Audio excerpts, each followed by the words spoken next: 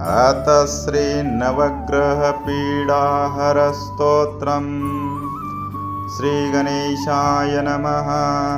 ग्रहाणामादिरादित्यो लोकरक्षणकारकः।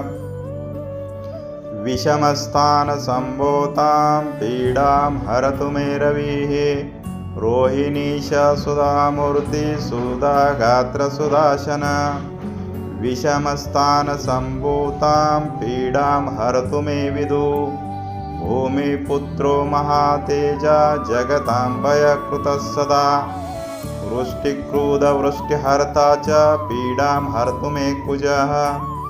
उत्पातरूपो जगतां चन्द्रपुत्रो महादितिः। सूर्यप्रियकरो विद्वान् पीडां हरतु मे बुधः। देवमन्त्री विशालाक्षः सदा लोकहिते रतः। अनेकशिष्यसम्पूर्णः पीडां हरतु मे गुरुः।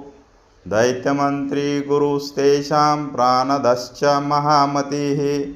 प्रभुस्ताराग्रहाणां च पीडा हरतु मे भृगुः।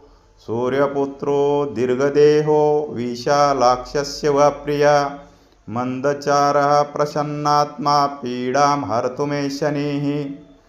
महाशिरा महावक्त्रो दीर्घद्रष्टो महाबलः। अतनुच्छोदरकेशश्च पीडां हरतु मे तमः। अनेकरूपवर्णस्य शतशोत्थसहस्रशः। उत्पातरूपो जगतः पीडां हरतु मे शिखिः। इति ब्रह्माण्डपुराणान्तर्गतनवग्रहपीडाहरस्तोत्रं सम्पूर्णम्। ब्रह्मा मुरारिस्त्रिपुरान्तकारी भानुशशि भूमिसुतो बुधश्च गुरुश्च शुक्रः शनिराहुकेतवः। सर्वे ग्रहाः शान्तिकरा भवन्तु। सर्वे ग्रहाः शान्तिकरा भवन्तु। ॐ शान्ति शान्ति शान्तिः।